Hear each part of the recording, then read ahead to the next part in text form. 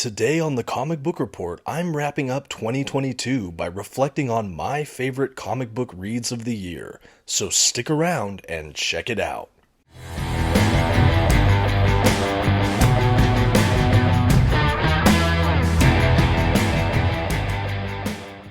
Greetings all, my name is Dominic and today you're tuned in to the Comic Book Report, where we review comic books and graphic novels so you can get an idea of what to read. And like I mentioned at the top, I wanted to provide my best reads from 2022.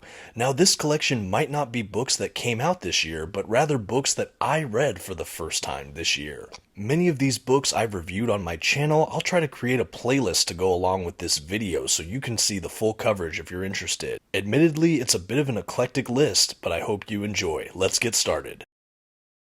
First up on my list today is Geoff Johns and Gary Frank's Geiger from Image Comics. And I should note right from the top that this list is in no particular order necessarily. I tried to start with trade paperback collections, working my way up to hardcovers, omnibuses, things like that. Back to Geiger though, this was I believe a 5 or 6 issue little trade paperback collection collecting all that's been released so far of Geiger by Johns and Frank. This is part of their unnamed universe over at Image Comics. So far the only other release that they've had for this universe is the series Junkyard Joe, which was also quite good from what I've read. The whole approach of this unnamed universe that these two are creating is basically its new American tall tales that they create throughout the timeline of American history. This is set sometime in the near future in a radioactive wasteland.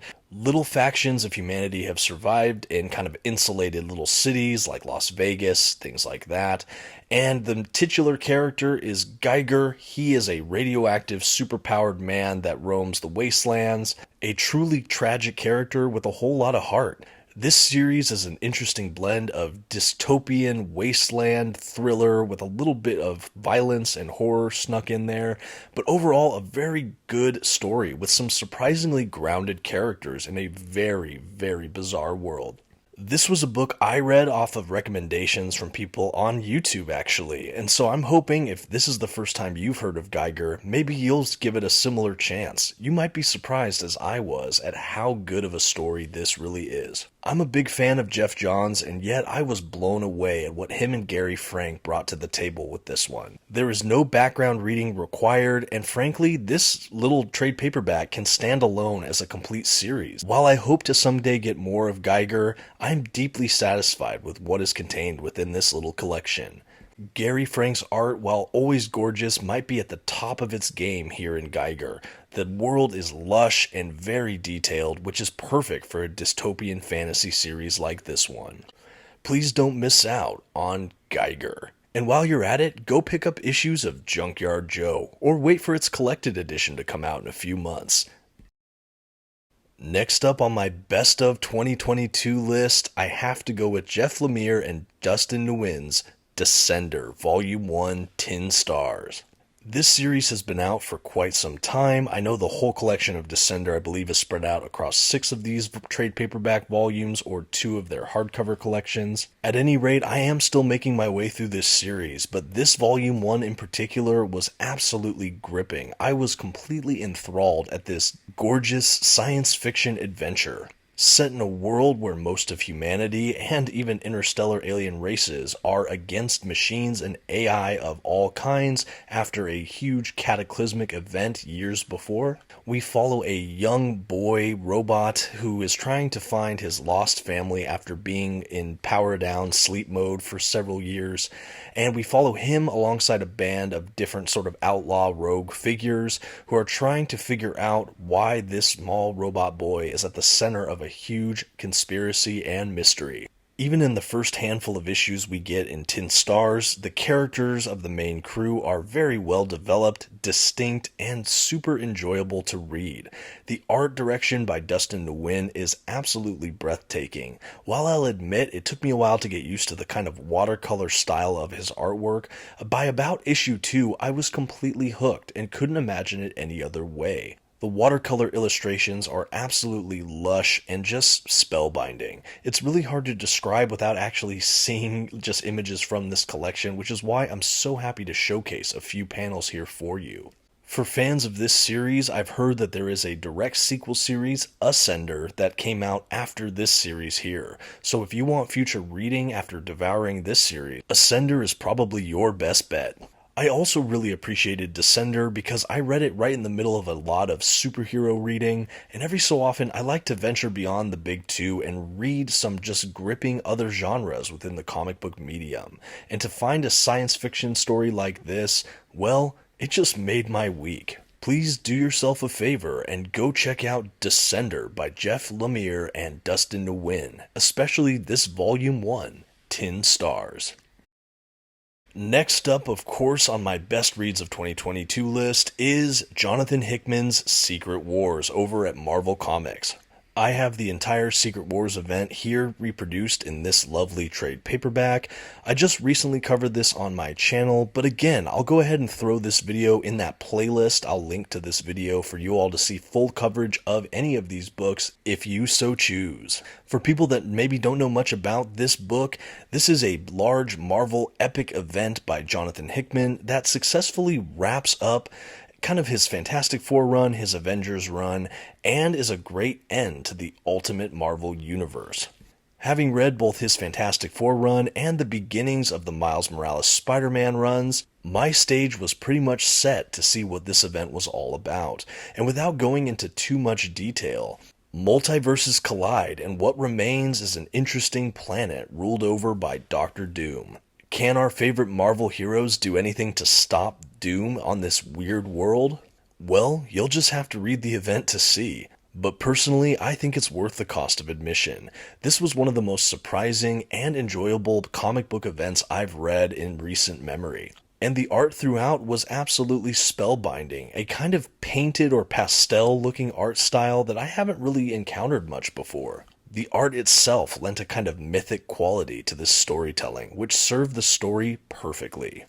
Jonathan Hickman has become one of my all-time favorite comic book writers this year, and what he has done in this one epically scoped event is pretty breathtaking and personally unrivaled as far as I'm concerned. Do yourself a favor and check out Marvel's Secret Wars by Jonathan Hickman.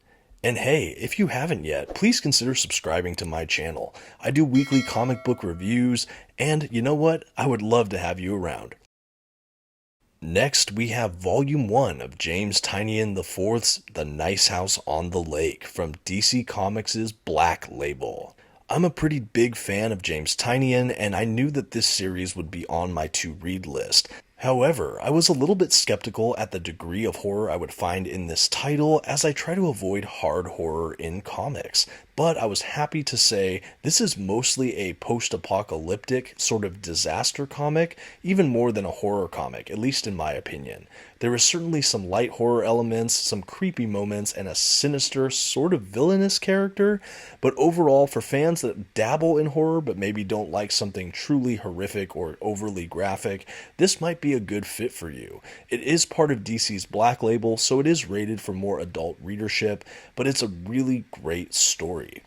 Essentially, without spoiling too much, the story involves a group of people who are invited to an idyllic house on a lake for a sort of friends reunion weekend of sorts. However, while they're on the lake, the world experiences, well, let's just say the world is not quite the same outside of this little lake. And all the friends are, well, pretty much trapped in this lake area by their host. I really don't want to spoil too much, but the nature of the host, as well as some of the friendship and relational dynamics with the main cast of characters, is very intriguing. The art is absolutely gorgeous throughout, very stylized and beautiful, and each issue is framed by one of the ensemble characters flashing back to the events that happened at the beginning at that lake house. A truly gripping story that I believe is about half of the full run of this anticipated series. One of my favorite reads, and probably my most awaited Volume 2, is Volume 2 of this, that I believe comes out in the spring of 2023. If you enjoy a good, creepy, character-driven, disaster-y sort of book, check out The Nice House on the Lake. My list for best reads of this year would not be complete without Kyle Higgins' Radiant Black. This indie superhero comic is a perfect blend of Invincible and Power Rangers. And my, what a potent combination it is. Without spoiling too much, this volume 1 left me absolutely shocked in the same way that the first couple volumes of Invincible did all those years ago. The central characters feel absolutely modern and relatable, and the art style is polished and, frankly, just gorgeous. The way the artist plays with kind of lighting effects, especially with the radiant black suits and the powers, is something I've never seen replicated in the comic book medium thus far. And there's no better entry point to this Radiant Black massive verse universe than this volume 1 of Radiant Black. This collection, like I said, was such a wonderful find, and this one too was also recommended by the comic book community here on YouTube, and I'm so happy I gave it a chance. Admittedly, I still have several issues to catch up on for this series, but from what I've heard from peers who've kept up with this, they say it's still going very strong, and I find that very easy to believe having read this first handful of issues. It's really funny how contemporary this is. It's an even more modern version of Invincible, since Invincible itself is already a couple decades old, I believe. I mean, one of the main characters struggles to pay off his student loan debt. It's hard to get more relatable than that if you're a 20s or 30s something. Or maybe I'm overprojecting. At any rate, if you enjoy a superhero comic but like a more indie feel, I highly recommend Radiant Black. Please go ahead and check it out, and let me know what you think when you give it a read.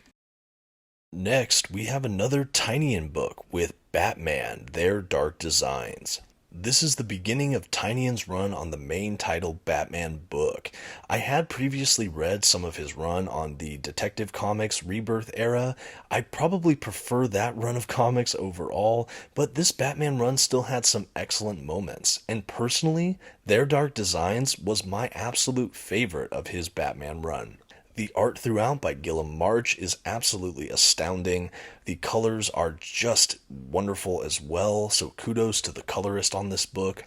The volume itself has Batman fighting off against a ton of assassins, including Deathstroke, while also working a conspiracy storyline with Catwoman, Riddler, Joker, and I believe the Penguin, and this mysterious figure known as the Designer. We're treated to a lot of flashbacks, a lot of intrigue, and one of my favorite features of this collection is what it does with the character of Catwoman, as she's caught between her old life, where she used to be a villainous rogue against Batman, to her present day life, where she's kind of Batman's primary love interest and a vested part of his life. The way she has to navigate keeping things from Batman while Batman's trying to uncover the mystery of what's really going on here is just a masterstroke, and I think that this is the most creative and fun I had with Tynion's entire Batman run. This book also serves as a bridge into his next story arc, the Joker War, which was also quite good. This collection may or may not be out of print, but I know that the trade paperback should still be available, and you might be able to hunt this down. I know a lot of people are hoping for a Batman Tynion Omnibus, so maybe stay tuned in the future. We'll never know what we might get. But yes, this was absolutely a must-read recommendation for Batman fans out there, and one of my favorite Batman books of 2022 that I had an opportunity to read. Please, if you haven't yet, go out and check out Batman, Their Dark Designs. Okay, now we have Benjamin Percy's X-Force, the oversized hardcover volume 1. I am so excited to talk about this. This is one of my favorite Dawn of X titles, maybe my favorite in the whole Krakoa era of the X-Men books. For those that don't know, X-Force is the name given to largely the Black Ops, violent, intense team faction of mutant teams. And this X-Force is no different, including members like Wolverine, Kid Omega, Jean Grey, Beast, Sage, and Domino, and maybe a few others. The art throughout is absolutely brilliant. It's a bit visceral and darker. I love the look of it. It has a more realistic kind of feel, and I really enjoyed that. I think the art was absolutely striking and really set it apart from the other Dawn of X era books. When I say Dawn of X, for those that are maybe unaware, I'm referring to the larger umbrella of X-Men title books that come out after the House of X Powers of 10 event by Jonathan Hickman. It's a new era for the mutants where they have have a homeland in the island of Krakoa. They've become a kind of worldwide superpower, and X-Force, in addition to doing Black Ops assignments, is largely the security detail for the island nation of Krakoa. I heard mixed things about Benjamin Percy's X-Force, but I was delighted to see that for myself, this was a must-read title for this era of X-Men books. I am a huge fan of Wolverine, and I think he's utilized very well in this title, but I think the breakaway star for this entire run for me so far has been the mutant Domino. She undergoes a pretty tragic transformation at the beginning of this book, and she's one of the primary characters throughout the entire run here in this Volume 1. I will say for younger readers, this is a little bit more violent for an X-Men book. I would definitely advise at least kind of a middle to older teen if you want to read this, but obviously reader discretion advised. But again, I had a blast reading this. I don't feel like you need to know a ton before starting it, other than knowing about what happened in House of X Powers of 10, i.e. Krakoa and all of that. Otherwise, this is a great entry point and a great read. Next up, of course, the modern classic Spider-Man Life Story by Chip Zdarsky and Mark Bagley.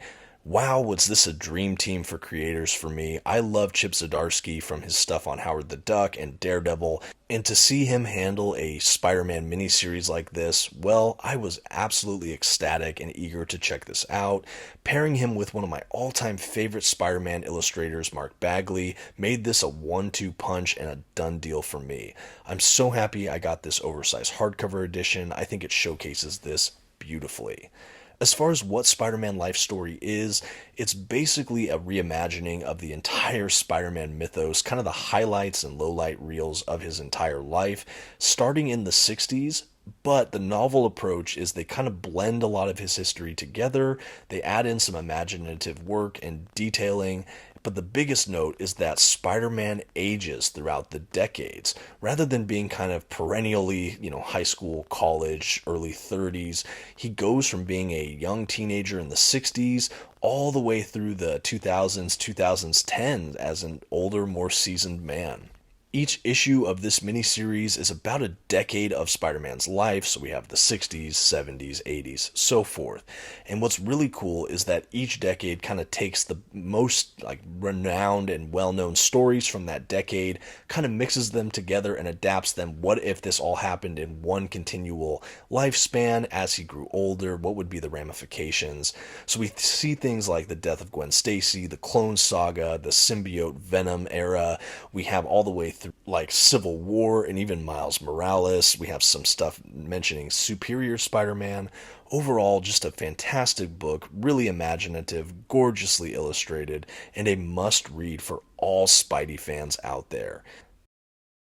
My 2022 would not have been complete without Harleen by Stepan Sajic as part of DC's Black Label. This book is an art piece, first and foremost. I feel like it's a comic superhero story, second or third. It's nowhere near the top of the priority list. What we have here is a beautifully done art piece that depicts the downward spiral of Dr. Harleen Quinzel as she makes her way to becoming Harley Quinn. While I love this character and I really enjoy her origin we see in Paul Dini's Mad Love, I have to say that this book to me is the definitive Harley Quinn origin story from here on out. I was absolutely spellbound as I made my way through its, I believe, 3 parts in this oversized edition. It looks like a big square. It's a fun page format that showcases the incredible scope of this incredible artist's art. And frankly, it's not like anything I've ever read. It left me just wishing for sequels where we get to see other Batman villains and maybe Bat family members, their origins reworked in such a way that Stepan Sajic did in Harleen. Outside of the gorgeous artwork, it's also the kind of internal character struggle, interior life of Harleen that I really found pretty enchanting. You follow her downward spiral, and it's so easy to see how she slips down that slope. And by the end, you're just left kind of at the edge of your seat, just being like, wow, I can't believe this happened. You get to see the full kind of tragic arc, and you get to see that there's so much more to this character than meets the eye, or more than she sometimes presents of herself. I was moved, I was awed, and I was definitely transfixed as I made my way through this collection. It's unlike much that I've read, and it's easily on my best reads of 2022 list. Next up is, of course, Alex Ross's Fantastic Four Full Circle. This book was such a surprise. I had no idea this was in the works until it just was released, and I was so eager to get my hands on it.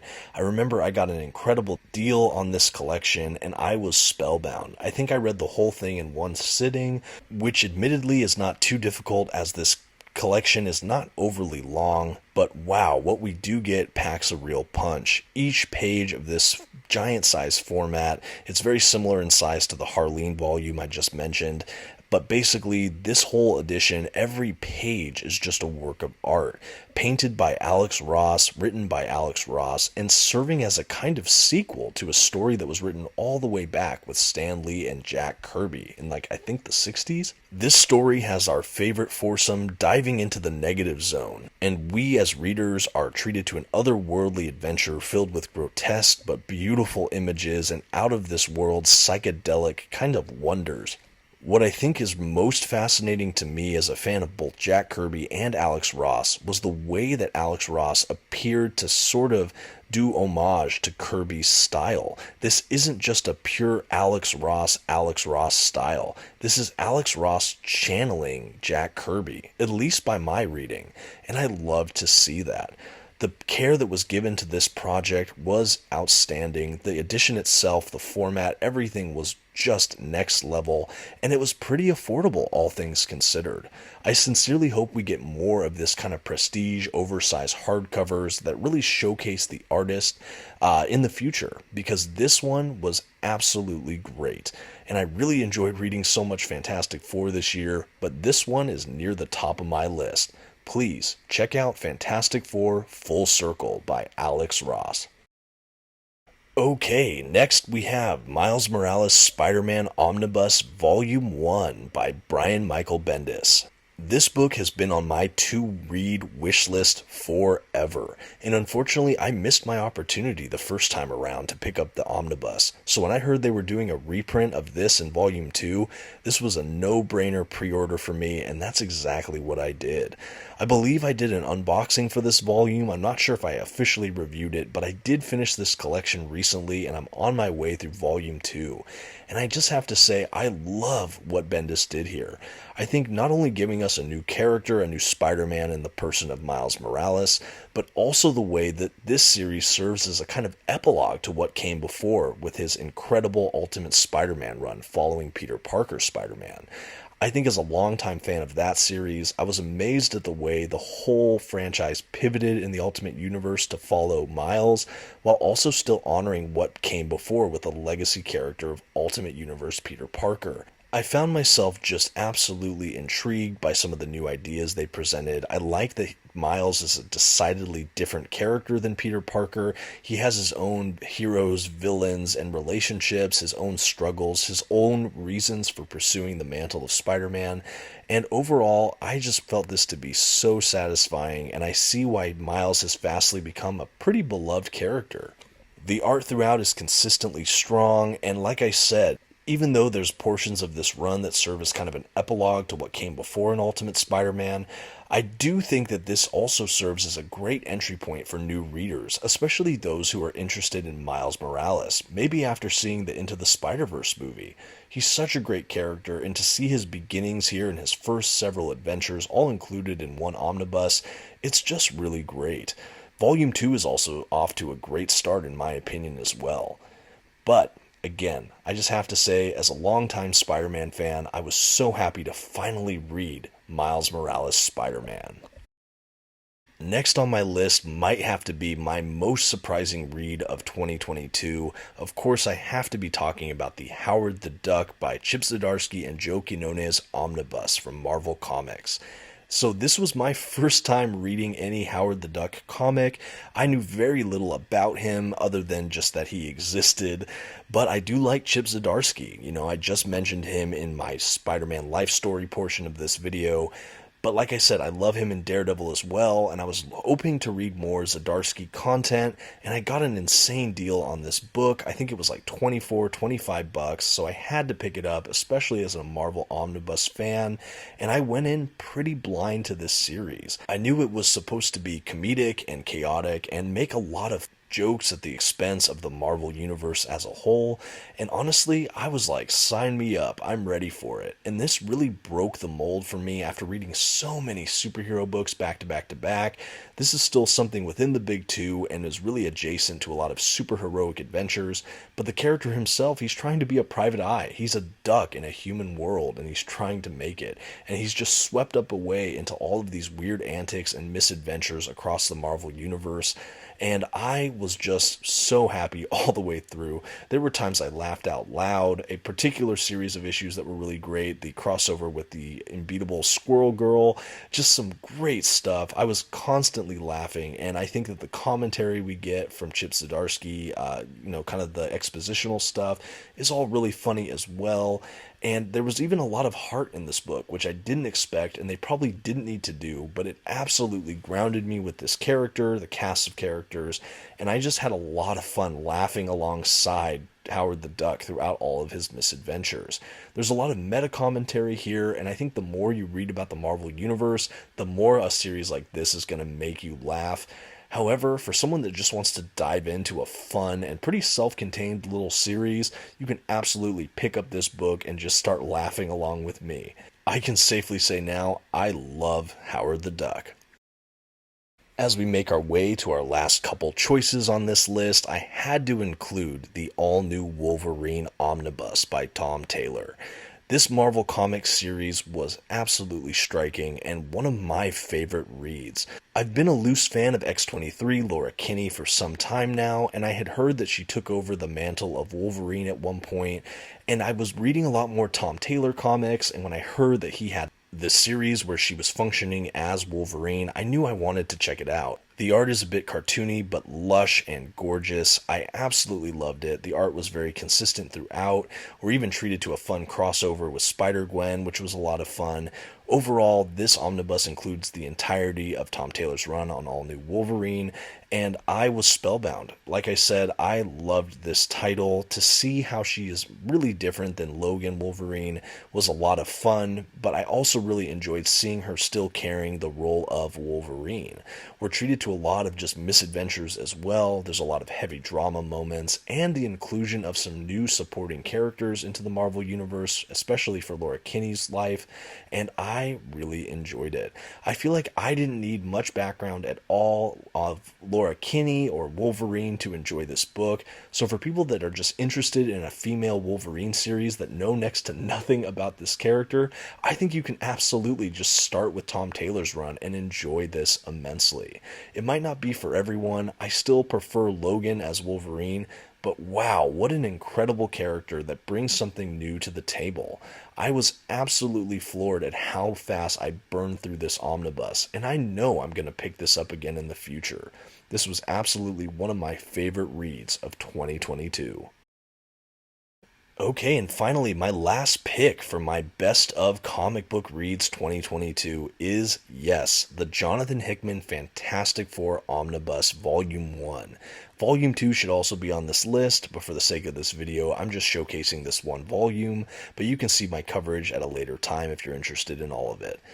But anyway, this was probably my top read for 2022. Yes, I did save the best for last in this case. This is the book that just re-energized my love for Fantastic Four.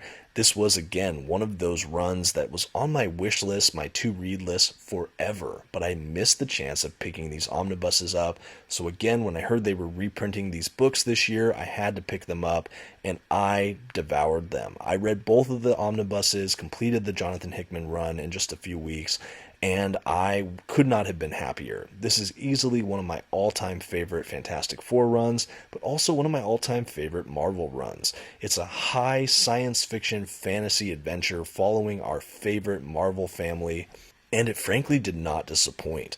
I think one of Hickman's absolutely best writing features is how he can juggle a lot of complex storylines and subplots in a way that pay off an ultimate vision and all build to one central story arc, and I absolutely see that at play here in his Fantastic Four.